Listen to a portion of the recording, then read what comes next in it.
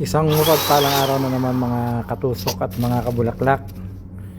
Ito dahil naging nabili na yung dalawa kong piraso nito, gumawa na naman akong bago na isang for boy and for girl.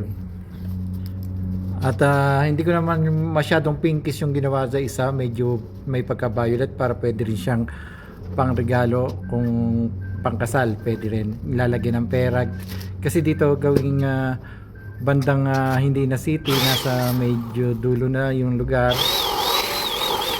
Yung mga tao naghahanap ng malaki na medyo mura. Kaya ito naisip ko, mga balon na lang ilagay ko kasi hindi naman siya costly. Tapos yung mga bulaklak ko rito ay yung mga putol-putol at hinaluan ko na lang ng ilang pirasong mga bago.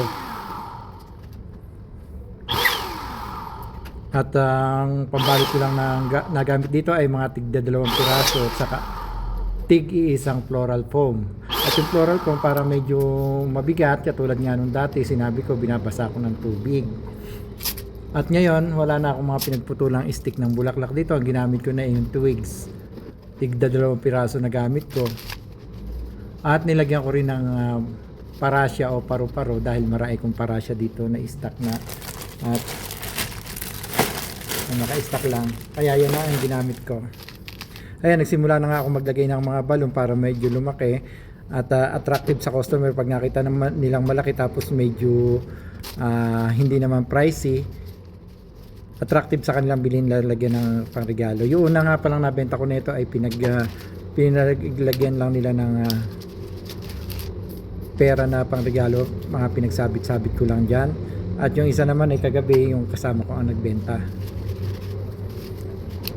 Ayan, yung mga bulaklak na yan, yan yung mga dating bulaklak na rito, dati ng mga putol-putol yun, pinagsisingit-singit ko lang at siningitan ko na lang ng mga bagong bulaklak. At iba-iba nga pala kasing lugar, iba-iba rin yung presyuhan, kaya dito medyo nag-a-adjust pa ako, iba yung presyuhan dito, medyo hanap ng mga tao mga mura. Ayun na nga yung pang baby boy, nilagyan ko na rin ng parasyak. Inaayon ko lang doon sa kulay ko, ano yung kulay na nababagay doon sa ayos nung balon at nung bulaklak.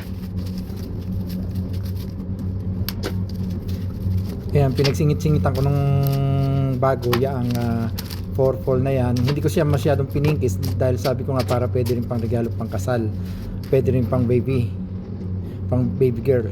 Ayan, nilagyan ko rin siya ng ng paru-paro, at yung paru-paro kong nakita rito, wala naman ako nakitang purple, rose gold yung kulay na napili ko. Yun ang babagay, ka-complement siya nung purple at dark violet. At yung balon nilagyan ko rin 2 pirasong silver para may